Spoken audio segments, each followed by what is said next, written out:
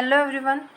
कल हमने बात की थी फर्स्ट चैप्टर की, ठीक है, जो कि है रिप्रोडक्शन इन ऑर्गेनिज्म। इसमें कल हमने पढ़ा था लाइफ स्पैन के बारे में, मतलब यानी जब कोई जो ऑर्गेनिज्म है वो बर्थ लेता है उससे लेके जब तक वो ज़िंदा रहता है या जब तक उसकी नेचुरल डेथ नहीं होती, ठीक है, वो जो टाइम हो गया वो उसका लाइफ स्पैन हो गया, ठीक है। जब तक जो मैक्सिमम जी सकता है ऑर्गेनिज्म वो उसका लाइफ स्पैन हो गया। और हमने अलग अलग टाइप के जो एनिमल्स हैं और प्लांट्स हैं उनकी लाइफ स्पैन के बारे में पढ़ा था।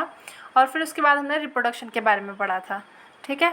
फिर हमने देखा था कि रिप्रोडक्शन मेनली दो टाइप का होता है, असेक्सुअल और सेक्सुअल, ठीक है। तो आज हम फर्स्ट पढ़ेंगे जो कि है असेक्सुअल रिप्रोडक्शन, ठीक है। तो इसमें कह रहा है in this method a single individual mean parent is capable of producing offspring.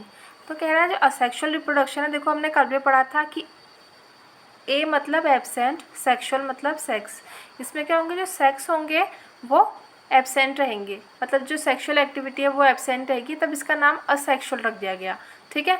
तो मतलब यहाँ दो पेरेंट ना होके एक जो सिंगल पेरेंट है वो भी क्या कर सकता है, रिप्रोड्यूस कर सकता है। तो वो यही कह रहा है कि जो असेक्सुअल रिप्रोडक्शन की मेथड है उसमें जो सिंगल इंडिविजुअल है यानी पेरेंट वो क्या कर सकता है, ऑफस्प्रिंग को प्रोड्यूस करने के कैपेबल होता है।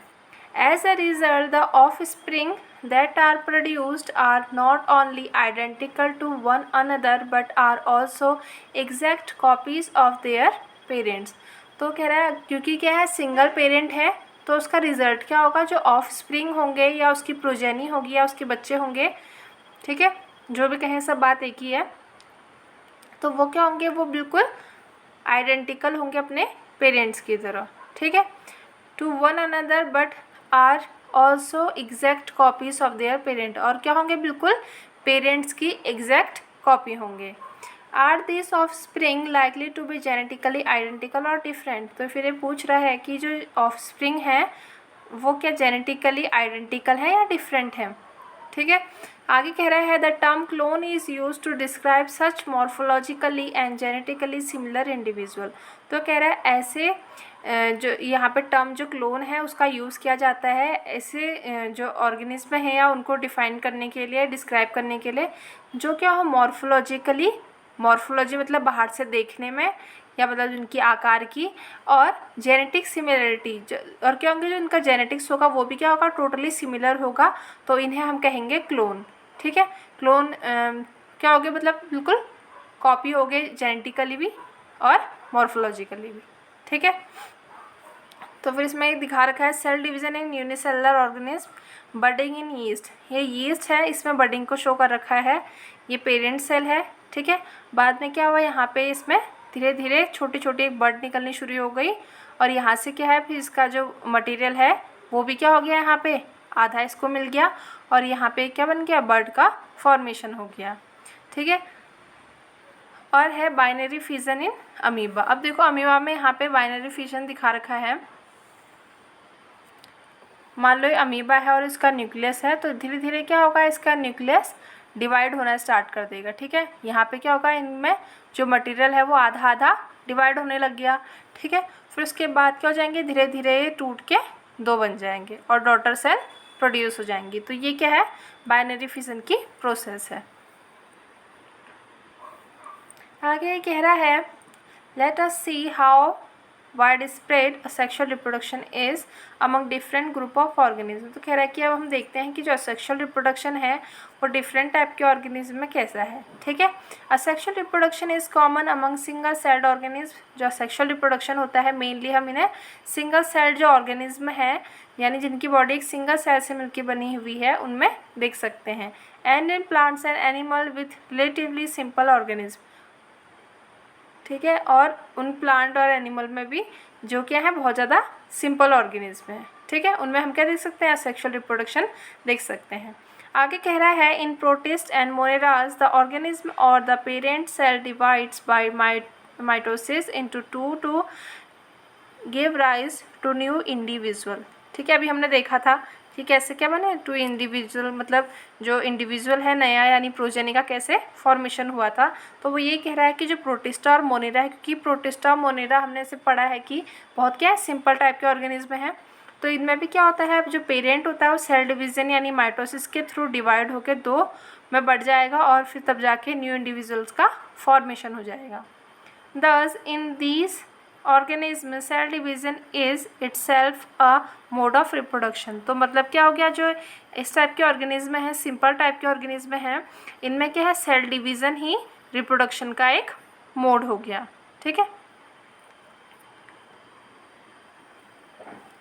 आगे कह रहा है many single cell organism reproduce by binary fission.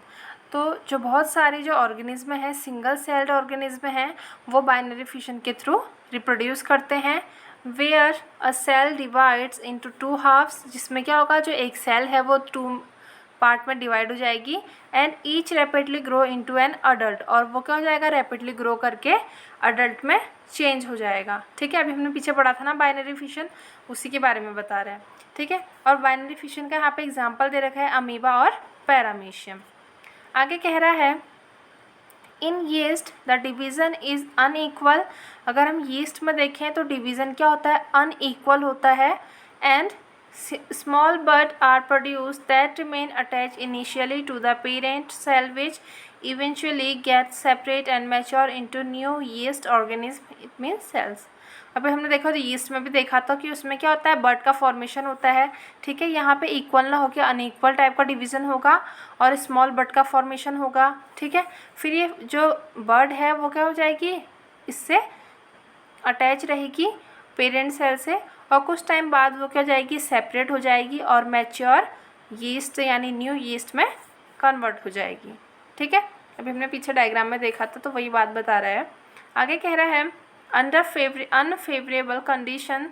Unfavourable, देखो फेवरेबल क्या हुआ, जो हमारे लिए अनुकूल है, और अनफेवरेबल मतलब जो हमारे लिए प्रतिकूल है। तो कह रहा है under unfavourable condition the amoeba withdrawal it's pseudopodia. देखो हमने 11th के एनसीईआरटी में पढ़ा था कि जो अमीबा होता है उसमें क्या होते हैं, सूडोपोडिया पाए जाते हैं। ठीक है, ये से मूवमेंट में हेल्प करते हैं, या जिसे हम अगर वैसे कहें तो पाँव भी कह सकते हैं। ठीक है, तो जो इनके सूडोपोडिया होते हैं, तो जब क्या होती है, अनफेवरेबल कंडीशन होती है तो अमीबा इन्हें क्या कर लेता है, गायब कर लेता है। And secrete a 3 layered hard covering और सिस्ट अराउंड इटसेल्फ, और क्या कर लेगा, अपने चारों ओर एक 3 लेयर्ड हार्ड कवरिंग बना देगा, जिसे हम सिस्ट फॉर्मेशन भी कह सकते हैं। ठीक है, this phenomena is termed as encystation. और इसी फिनोमिना को जिसमें क्या करता है, जो अमीबा है वो अपने चारों ओर 3 लेयर्ड हार्ड कवरिंग बना लेता है, सिस्ट का फॉर्मेशन कर लेता है, तो इसी फिनोमिना को हम क्या कह देते हैं, इनसिस्टेशन। ठीक है, व्हेन फेवरेबल कंडीशन रिटर्न, और जब क्या जाएगी, कंडीशन उसके फेवर में आ जाएगी, तो वो क्या करेगा, the encysted amoeba divide by multiple fission. तो अमीबा में मल्टीपल टाइप के फिशन हो जाएंगे। ठीक है, अभी हमने पढ़ा था फिशन क्या होता है, तो वही अब यहाँ पे कैसा टाइप का फिशन होगा, मल्टीपल टाइप का फिशन होगा, और ये प्रोड्यूस करेंगे मैनी माइन्यूट अमीबा, और बहुत छोटे छोटे अमीबा प्रोड्यूस करेगा, और स्यूडोपोडियोस्पोर्स, जिसे हम क्या कह सकते हैं, स्यूडोपोडियोस्पोर्स या माइन्यूट अमीबा कह सकते हैं। ठीक है, the cyst wall burst out, और फिर क्या होगा, जो सिस्ट की वॉल है वो बर्स्ट हो जाएगी, फट जाएगी। And the spores are liberated in the surrounding medium, और जो स्पोर्स हैं वो क्या हो जाएंगे, फट, जैसे कोई चीज़ फट जाती है तो सारी चीज़ क्या जाती है, बाहर आ जाती हैं। तो वैसे ही जब ये बर्स्ट होगा तो इसके सारे स्पोर्स सराउंडिंग मीडियम में बाहर आ जाएंगे, to grow up into many amoeba, और ग्रो करके बहुत सारे अमीबा बना देंगे। ठीक है, this phenomena is called is known as sporulation, और इसी फिनोमिना को हम क्या कहेंगे, स्पोर्युलेशन कहेंगे। ठीक है, देखो यहाँ पे कुछ डायग्राम दे रखे हैं फिगर 1.3 में, इसमें असेक्सुअल रिप्रोडक्टिव स्ट्रक्चर सारे के सारे। जो फर्स्ट है हमारा, ये है जूस्पोर ऑफ क्लेमाइडोमोनास। जो क्लेमाइडोमोनास है उसमें जूस्पोर किस टाइप के होते हैं। ठीक है, ये सब एक थैले में है, जब ये थैला बस्ट होगा तो ये क्या हो जाएंगे, सब के सब बाहर आ जाएंगे। फिर उसके बाद ये सेकंड है हमारा, वो है कोनिडिया ऑफ पेनिसिलियम।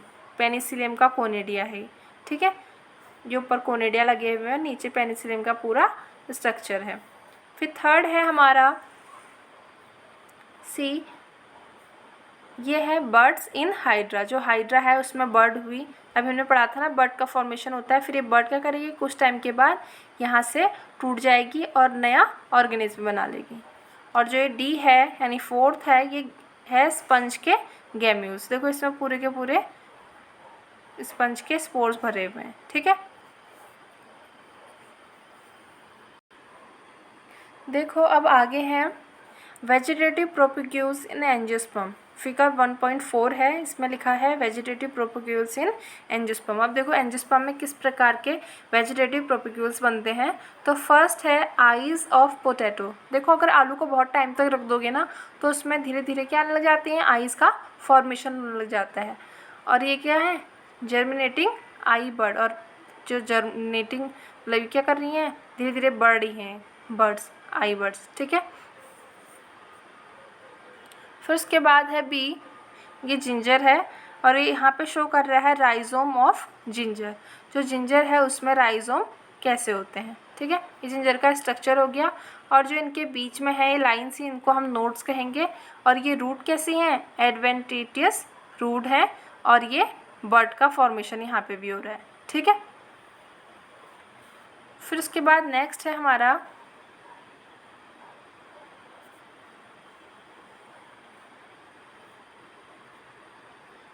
सी, जो क्या है बल्बिल ऑफ अगेव। जो अगेव है उसमें बल्बिल का स्ट्रक्चर कैसा होता है यहाँ पे शो हो रहा है। उसके बाद है लीफ बर्ड्स ऑफ ब्रायोफिलम। देखो ब्रायोफिलम है, उसमें जो लीफ बर्ड कैसे निकल रहे हैं ये दिखा रखा है। और यहाँ पे भी रूट कैसी है, एडवेंटिटियस बर्ड है, ठीक है। फिर उसके बाद है लास्ट ऑफसेट ऑफ वाटर हाइनीज। देखो ये हाइनीज है, वाटर हाइनीज, और इसमें क्या है, ऑफसेट बने हुए हैं बीच में, ठीक है। तो ये सारे के सारे कैसे टाइप के स्ट्रक्चर हैं, वेजिटेटिव स्ट्रक्चर हैं। मतलब ये क्या करेंगे, अगर ये टूट के गिर जाएंगे तो जैसे बर्ड है ये अगर टूट के गिर गई तो क्या बना लेगी, नया स्ट्रक्चर फॉर्म कर लेगी। और ये हाँ एडवेंटिटियस बर्ड है, ये भी नया स्ट्रक्चर फॉर्म कर लेंगी। और ये ऑफसेट भी नया स्ट्रक्चर फॉर्म कर सकता है, ठीक है। इसीलिए इनके स्ट्रक्चर दे रखे हैं। आगे कह रहा है members of the kingdom fungi and simple plants such as algae reproduce through special asexual reproductive structure. तो ये कह रहा है जो मेंबर्स होते हैं किंगडम फंजाई के और सिंपल प्लांट्स होते हैं जैसे कि एल्गी है, ये रिप्रोड्यूस करते हैं किसके through, special asexual reproductive structures के थ्रू, ठीक है। अभी हमने 1.3 में देखे थे ना स्ट्रक्चर, तो उन्हीं की बात कर रहा है, ठीक है।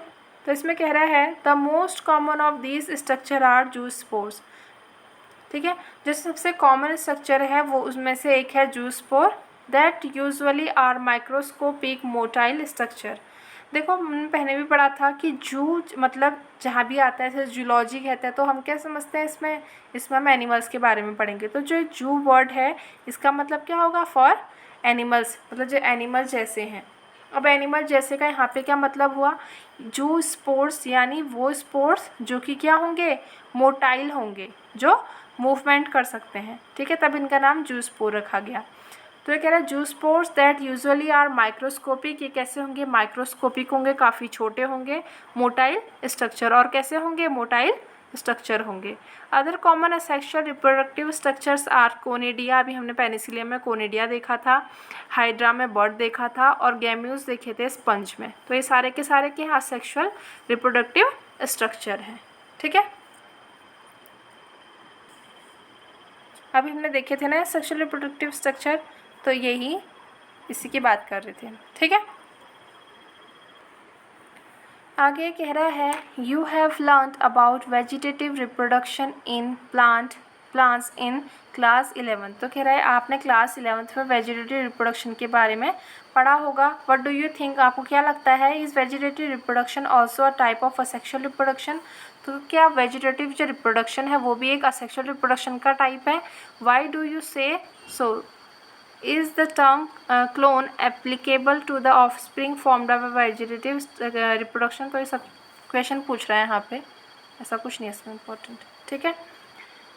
While in animals and other simple organisms the term asexual is used unambiguously। तो ये कह रहा है अगर हम एनिमल्स और अदर सिंपल ऑर्गेनिज्म में बात करें तो जो टर्म असेक्सुअल है उसको हम क्लियरली यूज़ करते हैं। एम्बिगुअसली मतलब क्लियरली यूज़ करते हैं, जबकि हम जो प्लांट है उनमें हम टर्म वेजिटेटिव प्रोपोगेशन को, रिप्रोडक्शन को यूज़ करते हैं, ठीक है। तो वो यही कह रहा है कि अगर हम एनिमल्स में बात करें तो हम एनिमल्स में ये नहीं कह सकते कि इनमें वेजिटेटिव रिप्रोडक्शन हो रहा है, तो हम क्या कहेंगे यहाँ पे, एनिमल्स में सेक्सुअल रिप्रोडक्शन हो रहा है और प्लांट्स के लिए हम वेजिटेटिव रिप्रोडक्शन को यूज़ कर सकते हैं, ठीक है। In plants, the unit of vegetative propagation such as runner, rhizome, sucker, tuber, offset, bulb are all capable of giving rise to a new offspring। तो कह रहा है अगर हम प्लांट्स में देखें तो जो यूनिट है जैसे कि वेजिटेटिव प्रोपोगेशन की जो यूनिट है जैसे कि रनर है, राइजोम है, सकर है, ट्यूबर है, ये सारे के सारे जो स्ट्रक्चर्स हैं ये क्या होते हैं, कैपेबल होते हैं giving rise to new offspring. ये नए जो ऑफस्प्रिंग है उसको प्रोड्यूस करने में कैपेबल होते हैं।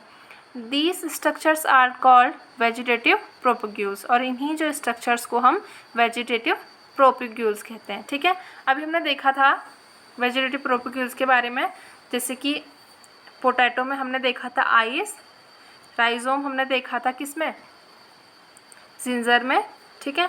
बल्बिल जो था वो अगेव में, लीफ बर्ड्स देखी थी हमने ब्रायोफिल्लम में। तो ये सारे के सारे क्या है, वेजिटेटिव प्रोपोग्यूल्स हैं, यानी वो ये ऐसे स्ट्रक्चर्स हैं जो खुद ब खुद रिप्रोड्यूस कर सकते हैं, न्यू ऑफस्प्रिंग को पैदा कर सकते हैं, ठीक है।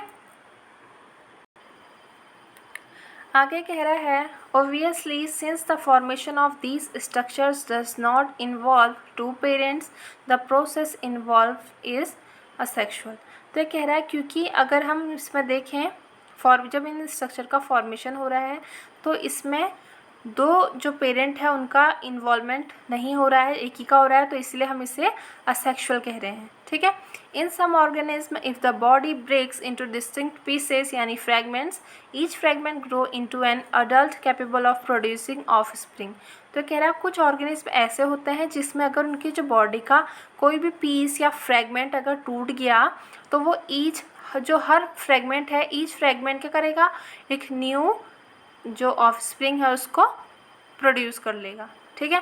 मतलब each fragment grow into an adult capable of producing offspring, और हर फ्रैगमेंट ग्रो होके अडल्ट में चेंज हो जाएगा और फिर से ऑफस्प्रिंग प्रोड्यूस कर सकता है, जैसे कि हमने हाइड्रा में देखा हुआ है। This is also a mode of asexual reproduction called fragmentation. ये भी क्या है, एक असेक्सुअल रिप्रोडक्शन का ही मोड है जिसे हम कह सकते हैं फ्रैगमेंटेशन, ठीक है। आगे कह रहा है you must have heard about the scorch of the water bodies और about the terror of Bengal. तो ये कह रहा है कि आप लोगों ने जो वाटर बॉडी है जिसे हम कहते हैं टेरर ऑफ बंगाल उसके बारे में सुना होगा, जो है करता है वाटर में काफ़ी ट्रबल कॉज करता है, ठीक है। तो कैसे ट्रबल कॉज करता है, तो कह रहा है this is nothing but the aquatic plant water हाइनीज।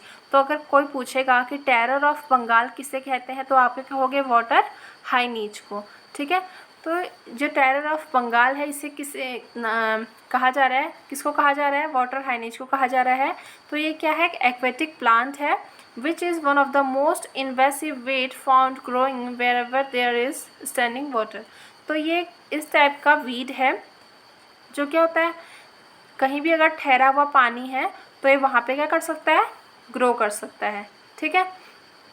It drains oxygen from the water, और ये क्या करता है, जो ऑक्सीजन है वाटर में उसे सारा का सारा खुद ही यूज़ कर देगा, तो क्या हो जाएगा, वाटर की ऑक्सीजन की वहाँ पे क्या होगी, डेफिशिएंसी हो जाएगी, which lead to death of fishes, जिससे क्या होगा जो एक्वेटिक बॉडीज़ हैं लाइक फिशेज़ और बाकी जो भी एक्वेटिक बॉडीज़ हैं उन सब की क्या हो जाएगी, वहाँ पे डेथ हो जाएगी, क्योंकि क्या होगी वहाँ पे ऑक्सीजन की कमी हो गई। You will learn more about it in chapter 13 and 14। तो कह रहा है आप आगे चैप्टर्स में पढ़ेंगे। You may find it interesting to know that this plant was introduce in India. तो कह रहा है आपको ये जान के क्या होगा, बहुत इंटरेस्ट डेवलप होगा कि इस प्लांट को इंट्रोड्यूस किस लिए किया गया था इंडिया में, because of its beautiful flower and shape of leaves, क्योंकि इसके जो फ्लावर्स थे वो काफ़ी ब्यूटीफुल थे और इसकी जो लीफ है उनका शेप काफ़ी अच्छा था, इसीलिए इनको क्या इंडिया में इंट्रोड्यूस किया गया था। ठीक है। Since it can propagate vegetatively at a phenomenal rate and spread all over the water body in a short period of time, it is very difficult to get rid of them। तो ये कह रहा है ये क्या करता है, vegetatively reproduce करता है, तो क्या करता है जो इसका ग्रोथ का रेट है वो काफ़ी ज़्यादा फास्ट है और शॉर्ट टाइम पीरियड में ही बहुत ज़्यादा ग्रो कर जाता है, स्प्रेड हो जाता है पूरे के पूरे वाटर में। तो इस कारण इससे क्या करना पाना, इससे छुटकारा पाना एक बहुत ज़्यादा मुश्किल टास्क हो गया। ठीक है। आगे कह रहा है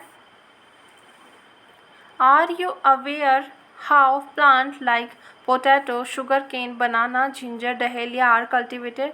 तो कह रहा है कि आपको पता है कि आप इस चीज़ से अवेयर हो कि जो प्लांट्स हैं like potato, sugar cane, banana, ginger, dahlia, ये सब को कैसे कल्टीवेट किया जाता है। Have you seen small plants emerging from the birds of the potato tuber. तो कह रहा है क्या आपने कभी स्मॉल प्लांट्स को देखा है पोटैटो ट्यूबर के from the rhizome of banana and ginger. तो बाकियों में भी यही बात कह रहा है कि आपने ये देखें इनके स्मॉल स्मॉल प्लांट कैसे ये प्रोड्यूस करते हैं या बड़े होते हैं। When you carefully try to determine the site of origin of new plantlet in the plants listed above, you will notice that they invariably arise from nodes present in the modified stems of these plants। तो ये कह रहा है अगर आप इनको carefully देखोगे तो आपको ये पता चलेगा कि जो प्लांट्स हैं जिनके भी मैंने ऊपर बात की, potato, sugar cane, banana, ginger, ये सब क्या हैं, ये सब इनके क्या होता है जो प्लांट होते हैं वो हम कैसे लगाते हैं, इनके नोड का यूज़ करके। ठीक है।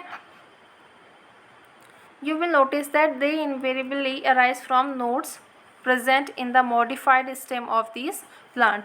तो जो इनकी स्टेम होती है यानी जो स्टेम है कैसी है, मॉडिफाइड स्टेम है, उससे ही हम क्या उसमें क्या होता है नोड्स प्रेजेंट होते हैं और इन नोड से ही इनको लगाते हैं। When the nodes come in contact with dam soil और वाटर, और जब ये नोड्स कॉन्टैक्ट में आते हैं डैम सॉइल के और वाटर के, they produce roots and new plant. तब ये क्या करते हैं तब ये प्रोड्यूस करते हैं रूट्स को और न्यू प्लांट्स को। Similarly adventitious birds arise from the notches present at margin of leaves of bryophyllum. अभी देखो ब्रायोफिलम का हमने डायग्राम देखा था, तो उसमें क्या थी, लीव्स थी और लीव्स से ही क्या निकल रहे थे, लीव की मार्जिन से ही छोटी छोटी एडवेंटिशियस बर्ड्स निकल रही थी। ठीक है। जैसे कि ये है लीव बर्ड ऑफ ब्रायोफिलम, तो इसके लीव्स हैं और यहाँ पे क्या निकल रहे हैं, ये एडवेंटिशियस बर्ड्स निकल रहे हैं लीव में से। ठीक है। तो वो यही कह रहे हैं कि जो ब्रायोफिलम है उसमें भी क्या होता है, जो इसकी एडवेंटिशियस बर्ड्स होती हैं वो नॉचेस में प्रेजेंट रहती हैं, मतलब कोने कोने में प्रेजेंट होंगी मार्जिन में, मार्जिन्स ऑफ लीव, और क्या करेंगी ये नए जो ऑर्गेनिज्म है उसको प्रोजेनी को डेवलप करेंगी। This ability is fully exploited by gardeners and farmers for commercial propagation of such plant. तो इनकी जो इसी एबिलिटी को यूज़ करके जो फार्मर्स और गार्डनर्स हैं उनका कॉमर्शियली प्रोपोगेशन करते हैं जो इस टाइप के प्लांट हैं। ठीक है। वो ये कह रहा है, आगे कह रहा है it is interesting to know that asexual reproduction is the common method of reproduction in organisms that have a relatively simple organization।